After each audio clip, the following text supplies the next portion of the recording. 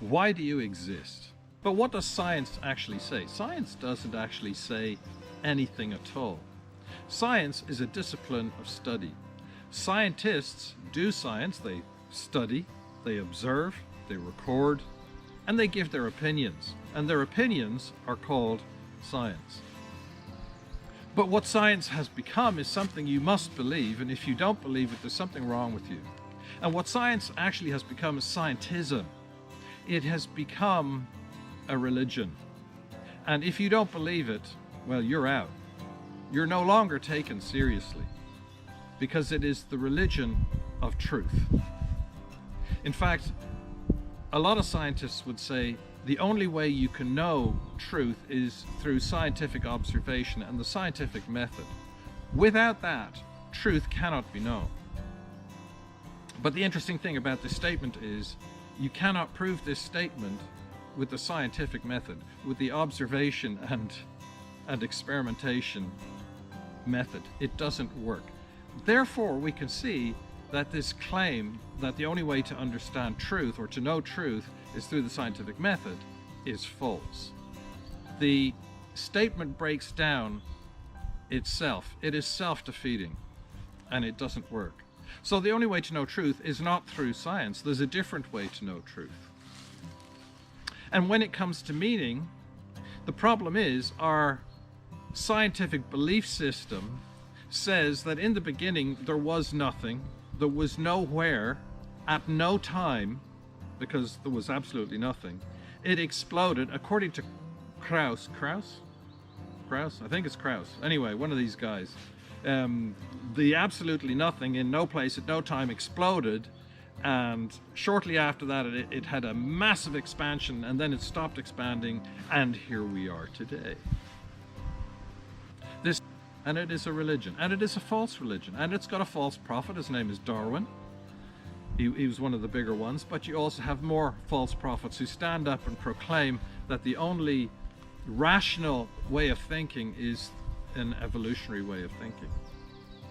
But the problem with this is that what does the universe, this empty chance material and energy universe and nothing more, all there is material and energy, this is called materialism, there's nothing more. What does it tell us about why we're here? Well, it tells us there isn't any reason why you're here. You don't have any meaning. You don't have any value. Don't bother looking. In fact, Dawkins would say you need to just get used to the idea that you have no meaning. Just get used to it. Stop worrying about it.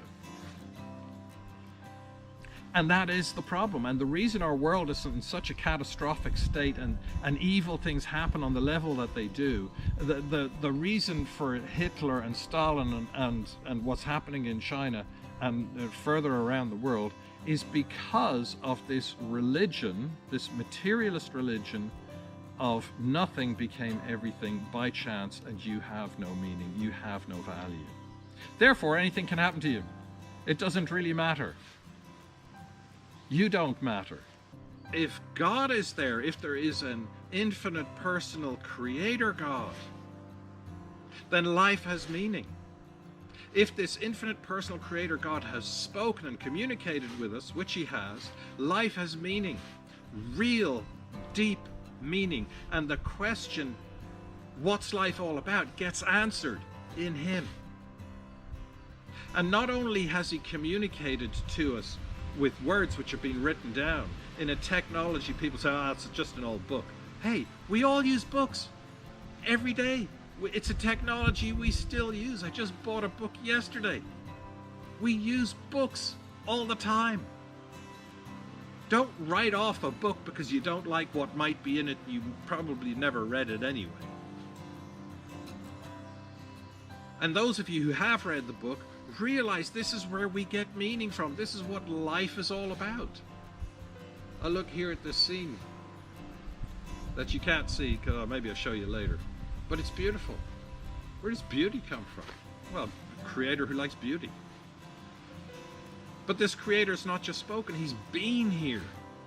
2,000 years ago, he walked this earth, he became one of us so that we could know him. And he communicated with us, and he spoke, and he He made it clear that we have problems. We're a mess. And it's not hard to see that we're a mess. You know, just look at the people around you. You can see they're a mess. And if you look closely in the mirror and you're honest enough, you can see you're a mess. And you need help. And why this yearning for meaning that seems to be unanswerable? Well, because we were made to know God. We were made to know the Creator. And what has happened?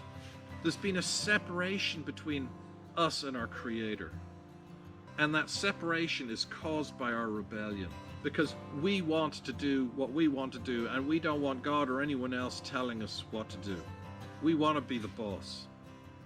And so we reject God. But Jesus came to show us the truth. And he said that he is the truth. And he says this, "Come to me, all you are weary and burdened, and I'll give you rest. Take my yoke upon you and learn from me, for I'm gentle and humble in heart, and you'll find rest for your souls, for my yoke is easy and my burden is light." And he wants to give us a new life. He wants us to walk with him spiritually. And when we turn to him, believing that what he did on the cross is enough to wipe out our guilt, to wipe out our rebellion, our sin, and to give us a new life, and to give us his goodness credited to our account. He puts his Spirit in us, we get a new life, and life means something. It means something. Why do you exist? You exist for God. He made you for himself. He made you to love him. He made you to love other people, to live in society, in a social environment with other people.